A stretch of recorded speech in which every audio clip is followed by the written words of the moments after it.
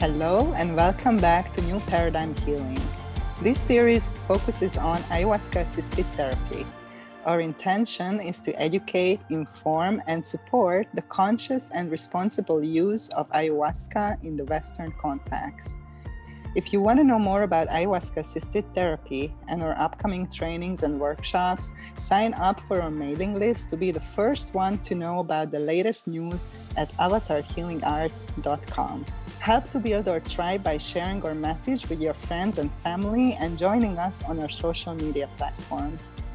My name is 𝙤𝙤𝙧𝙚, and today I'm excited to welcome Casey Kennedy, who will assist me in the upcoming episodes where we dive deeper into the ayahuasca integration process and share juicy bits from my book, Heart Medicine. Well, hello and welcome back to our Ayahuasca Assisted Therapy podcast. My name is 𝙤𝙤𝙧𝙚 and I am here with Casey Kennedy again, continuing our book review. If you haven't heard about my book, then check it out on Amazon or 𝙤𝙤𝙤𝙧𝙚, Heart Medicine, Ayahuasca Assisted Therapy, and the integration process. So we are diving deeper into the integration and how to navigate this integration process and what do we exactly mean by that. So I'm so happy to be here with you, Casey, again. So welcome. Thank you for having me, Nina.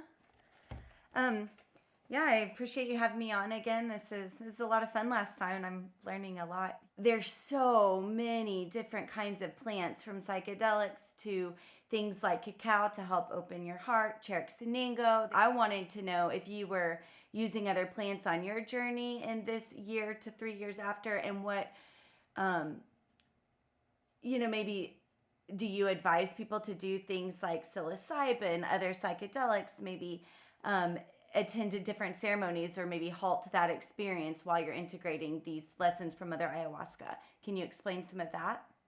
Yeah, thank you. This is a great question, and I think a lot of people probably thinking about this or have different experiences. So really the first thing that I would like to share is that I think it's always a very individual decision. So it depends a lot of what's going on with the individual and what are their exact circumstances. So I do not believe, that one rule fits all, and this could be said that this is, pro or against integrating with other plants. So I think this is the most important, that everybody who decides to use other plants or not use follows their internal guidance and they make their own decision. But also I think it's important that they have sometimes outside support and reflection to help them, to guide them to their own truth inside of them, because sometimes people can be lost and they can just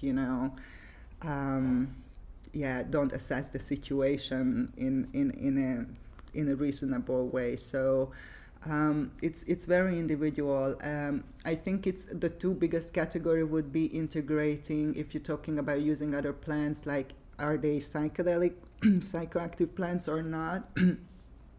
If they are not, like we're talking about different herbs or cacao or supplementations and things like that, that's often used in the integration, again depending on the individual needs, especially if they have any physical problems. These plants and herbs can be very useful. It's very important that we are working with a person, a herbalist, a guide who has extensive knowledge of this and can work with the individual on an individual basis, recommending any kind of supplementation or use of different power plants or healing plants. And in terms of psychoactive plants, I personally, in my program, when somebody is doing my program, the first time they do it, a lot of people that I work with, they are first timers. They never worked with this medicine before.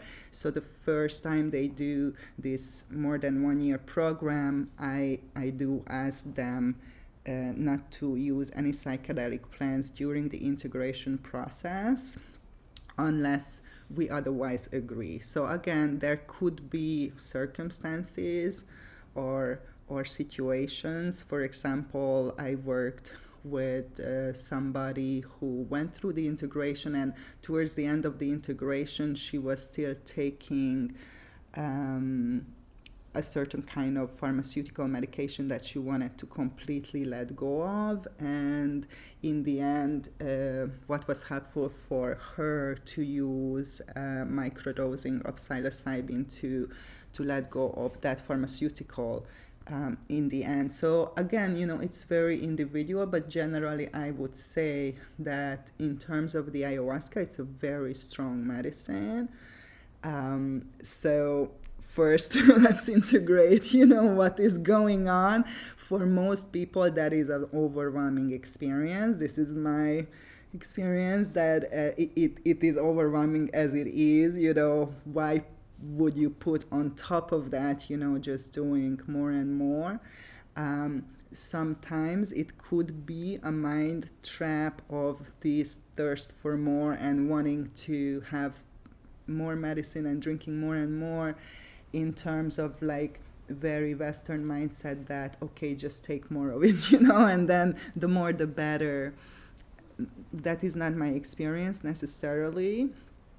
And it's, I think, important to discern on an individual level that why you are doing it. If you are deciding to use other plants, and especially more powerful plants in your integration, why you are doing it, and what kind of support or reflection do you have, to help you to guide yourself with that. So I think it's important, that you have around you people who can help you, because you are on a roller coaster. We talked about it, and sometimes you are very convinced that this is the best thing that you can do, and it's really not, but it appears in that moment, and I'm sure you can relate. So what I would again emphasize, that it's an individual decision, like based on the circumstances in that moment, and have somebody who has experience guiding people through this experience that can reflect to you also other perspectives to consider before you are making a decision like that. What is your experience, Casey? Like, have you used any other plants, and how do you feel about what was your motivation if you did use? Well, my experience with other plants came pretty recently. It was about maybe 3 months ago. I attended a cacao ceremony with a group of women that I found here in Oklahoma that were really aligned with the plants, and very knowledgeable of the plants. I'm super impressed with their safety, and like just the way that they conducted themselves. I just felt very comfortable with them, and I met them first, and then I've done 2 psilocybin ceremonies since, and worked with the mushroom for the last 2 months. And it has been a lot. And the intention for me going to the mushroom was I was getting signs. I was getting signs in meditation. I was spending, and still am, about 3 to 4 hours a day in meditation. And it just kept showing up. It was showing up in nature. And so I was guided to this group of women. I can see why it's not a good idea for the majority of people, even myself. I haven't quite gotten to the year integration space on this journey yet. I'm just kind of going with what my heart is telling me. But when you are in this space of not really knowing an ego, kind of going into this next topic of making rational or irrational decisions and not really knowing, I found myself in that space of wanting to make all of these drastic decisions, and then just like, okay, there are tools here to deal with. There are people here. Maybe just pause on those drastic jumps to Peru and changing your entire life. And so to me, the medicine has kind of helped balance that. So it's interesting that it's so different for every person, and maybe this road is windy and not perfect, but it's perfect for me in this moment, and I feel like I'm navigating it the best that I can. But it is a lot to navigate when you're dealing with other plants, even plants like cacao that's such a strong heart opener. And I'm doing breath work on top of that, which is another big, release in your mind and in your brain, and those traumas that we've held on to for so long. I think a good question to ask here is how is this serving you? How is this serving me, whatever I am doing? If you are guided to work with these plans and you feel better and more grounded and more clear and more secure in yourself, and it's definitely you are benefiting from this work, absolutely, follow that. Well, I also was having things with purging, like in Peru, I felt like there were still some things that weren't really purged out. There were some deep trauma things that now we're trying to surface to release. It's also like super common that people want to change their life and move to a different country and quit their job, like everything, after. Well, it can be a very deep transformational experience, and I think my experience is that if something is your path and your destiny, it will come to you over and over again. It will be presented to you. It's not like that, that you had one chance to make this decision and you missed it and now it's all over and you lost. It's not like that. So I encourage people that especially at the beginning of the integration, let's say the first 6-8 months, not to make a huge life-changing decision.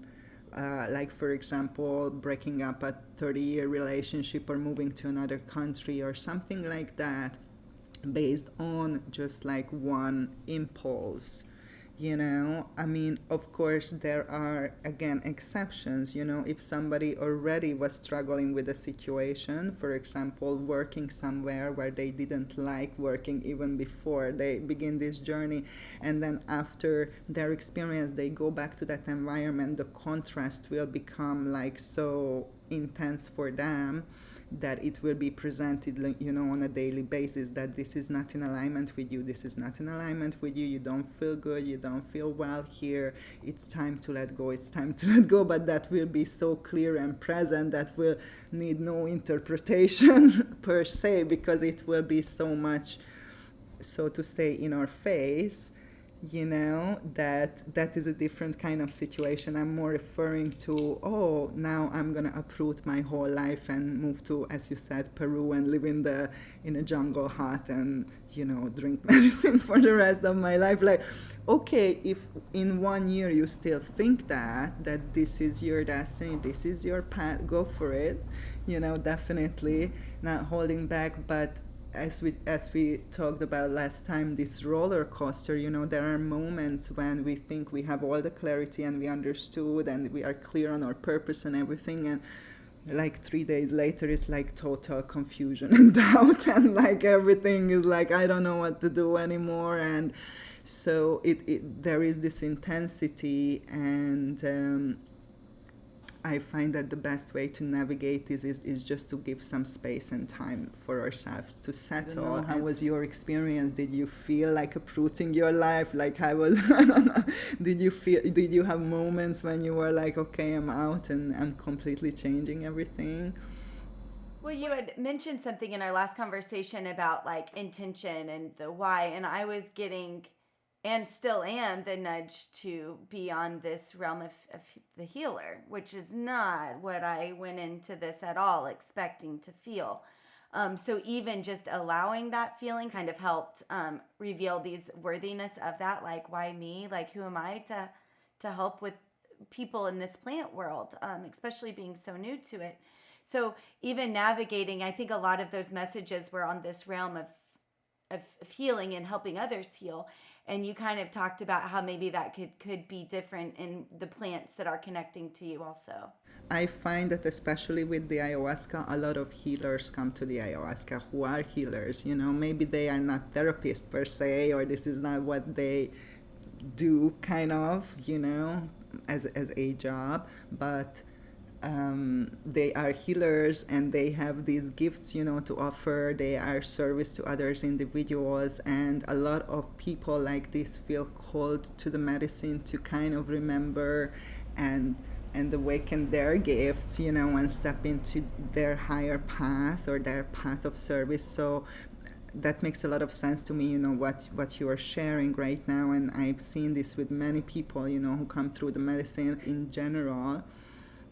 If you are well, you don't need any medicine. All the medicine, all the yoga, everything are tools to help us to remember, to reconnect, to that power that is inside of ourselves. And all these tools help us to access that and to stay connected, to that center. I would like to read something along the lines here in your book, talking about finding a haven and anchor in my heart. There was a lot of change in my life during that time. My idea of me and what I was capable of rapidly transformed. The shackles of the past were falling away. Old beliefs like I am only a body, I have no control over my life, also had to go. Add to that some conditioning that I am a sinner and that salvation is through suffering and sacrifice. Top it off with cultural heritage of being a woman, destined to obey and put everyone else first. I could see why, when I thought like this, the best I could hope for was a better afterlife. What is this? Can you explain in this kind of where you were and like kind of what you were thinking in this time? Beginning when I was in Mexico, actually, this was like the first 6 months of when I arrived here. So this was pretty fresh, into kind of my integration and my kind of like dark night of the soul kind of period of time, as you can see, from this little quote here. It was very confusing, I think, and scary time for me.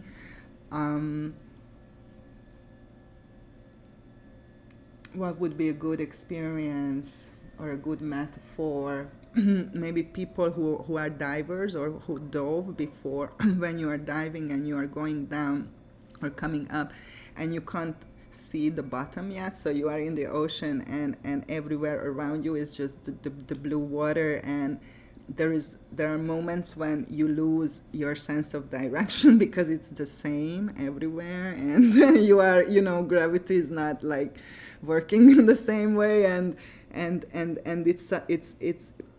it can be a scary moment first. Then you have, okay, no, right and left or up and down and where I am and what to relate myself to, very disorienting feeling, and therefore could be very scary. It's a feeling of like nothing to hold on to. So this, in this moment, that's what was going on for me, like mentally.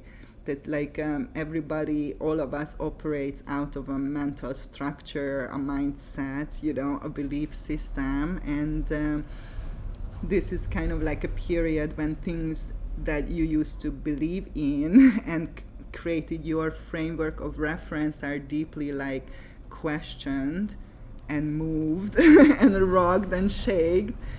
And suddenly it's just these big question marks everywhere. Obviously bringing up, deep-seated fears, that we all carry, because it's like a sense of loss of self, I think, you can say that. And what helped me personally in that moment is, to stay connected and to practice, reconnect and anchor in that spiritual aspect of me that is not in my mind, that is beyond my mind, and coming through a heart space and an intuitive space, and connecting with that other aspect of me that was not rocked or shaken or influenced by what was happening to my mind or to me. You say that higher aspect, those higher and you're talking about spirituality and this crazy space in your mind at that time. How did your spirit team, what does that look like for you? How did that play a role into figuring this out and navigating next steps when you have your ego involved and all of these different decisions and not quite knowing where to go, and being able to center yourself with spirit, with God, with team? How did you navigate that, and talk a little bit about your spirituality through that? One thing that was super helpful for me is to write and journal, because there is a lot going through your mind, like mentally, and once you write them down, is kind of you process them in a way and putting it out of you, expressing it and putting it on a paper, then you can look at it. Like oftentimes, this is not only my experience, I did this with many people, and they had the same experience. Like you read back your journal and you are like, this is insane. This is crazy. Like, like you're like aware, but it's still going through your, so it helps you to not to get so carried away into some kind of mind trap or loop or obsession or paranoia, which could be very common, when this is happening, because, that is, the fear motivates these states of being. Physical practices, like for me, movement practices, like yoga, that help me to physically anchor, to stay in the present moment, to stay in my body, and then obviously mindfulness, like meditation, and just allowing this content to move through and to settle and clarify without being so lost, any kind of mindfulness practice. And for me, prayer, prayer is for one of my biggest tool and strongest, which is what I mean by prayer is not to pray some kind of God outside of you or entity or anything like that, is that prayer, to ourselves, like that surrender to my higher self, knowing that I am more than my body, I'm more than my mind, I'm much bigger than that and wiser than that, and praying for that I'm able to go beyond that mind, that I'm able to surrender my mind to that higher aspect of myself and stay connected there and receive guidance and information from there, and cultivating this relationship on an ongoing basis, like every day, obviously. And this is, what is the best anchor, that was the best anchor for me there. I love that. And the practices of these things, the journaling, the breath work, the mindfulness, the meditation, all of those are exercises to these states of being able to let go of all of those feelings that don't serve us anymore. We talked about sisterhood a little bit in the last episode, but I wanted to revisit a little bit because I've got a little to add on that. And I know you've had a lot of great experiences with these wonderful sisters in your life that, oh my gosh, we really, really need each other.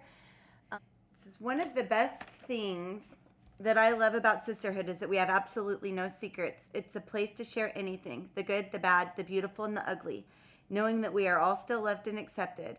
We share our wisdom and our tools, and we uplift each other, empower each other. We remember together that we are loved. This is a real gift in this world. And I love this because I feel like in a world that isn't all 100% supportive, to meet women that are on the same team, that you can just tell their heart is for you. And like my roommate from Peru is my soul sister. I can't imagine this road without her, but just to have somebody to talk to, like you said, that will tell you you're not crazy. I'm having these things and I can help you through it, and having support systems like people that I'm, doing cacao ceremonies, sound therapy with, breath work, people kind of on the same frequency and developmental growth. Talk about the need to have that. I know you have clients that you've experienced, their need for that kind of support. Will you go into that? Well, as I wrote in the book as well, like I was very blessed always with like having biological sisters as well, but also like a much more extended sisterhood all around the world, like these people who I really consider closer family to me, and my tribe per se, who I kind of resonate with more. And I think that support is like so important. And I'm talking about sisterhood because I have personal experience with women relating to each other in this way. For me, more logical and more natural would be, oh, I don't feel good now. So I'm reaching out for support and upliftment, and I have people around me, friends and family, or sisterhood or tribe, or, beloveds, who are happy, to be there and uplift you as you would be happy, to support or uplift a friend or a family or a beloved at any time. And therefore, your suffering would be much shorter. But this is not what's happening normally. This is something that kind of we are also relearning in the healing process, in the integration, that hey, if you need support, you reach out and you ask, and there is support. There is always support around of you, and it is very helpful, to get another perspective, especially when you are lost, especially when you are afraid, especially when you are confused, especially when you are in doubt. That's not saying follow other people's advice. It's saying always check in with your intuition, and is this resonating with you? Does this make sense? Yeah.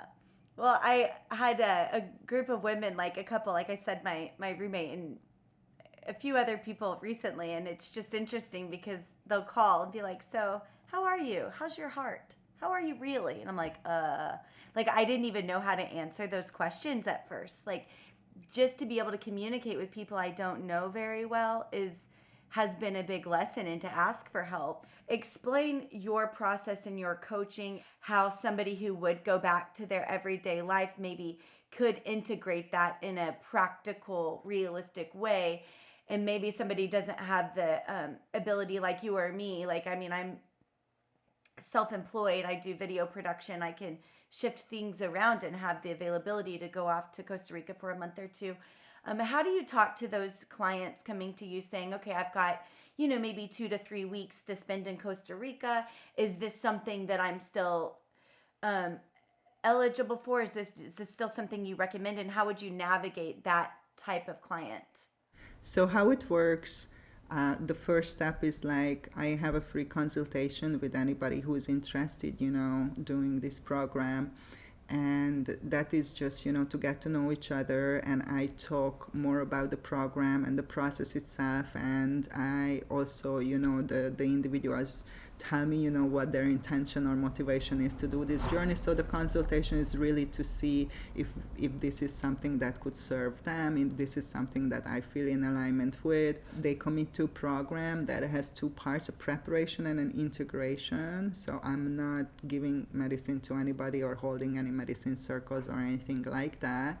What I do is I help people to prepare for this experience. That's about a 2-3 months process, that through these sessions, I'm guiding people through a process that helps them to clarify their intentions and why they want to do this experience, what are their expectations, what are the exact things that they would like to change in their life and why. They normally come down to Mexico to do the ceremony. I'm connected with places and people who I trust and I well know here, who are in a beautiful environment in the jungle, who are holding space for these ceremonies. My experience is that people who come to me and who are committed to do this, they can make this happen. I had many people who were employees or who had their own businesses or whichever way, and they if you want it, you can find a way to make that few weeks free, and you are doing it for yourself, obviously, not for me. After this time, they return to where they live and they continue with weekly sessions.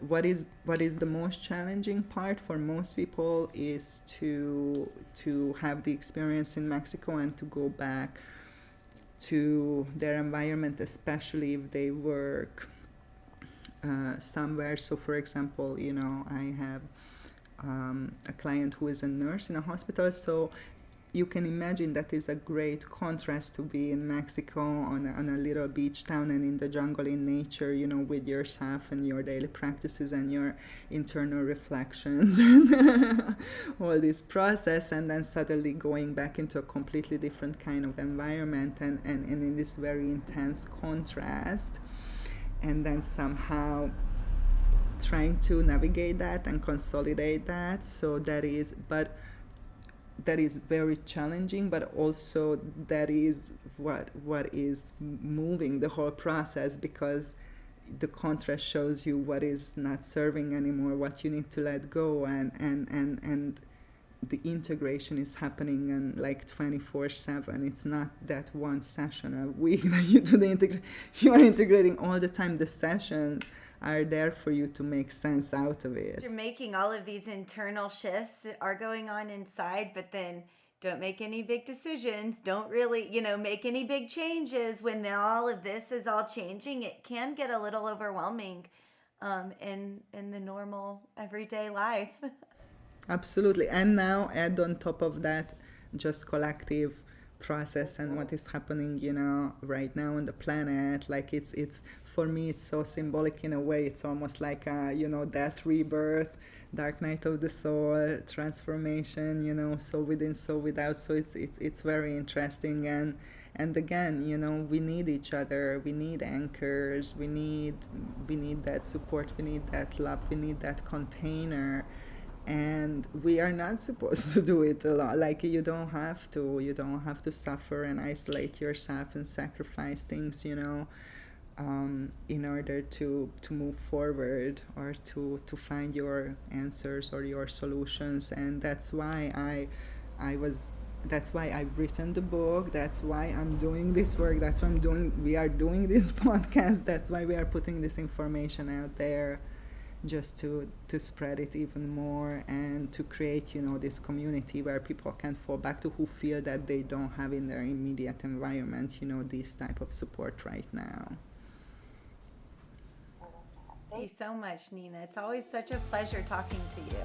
It's so nice to have your input and your perspective. So it's like so exciting and amazing. I really appreciate you being here, Casey. Yeah. Ready for the next one?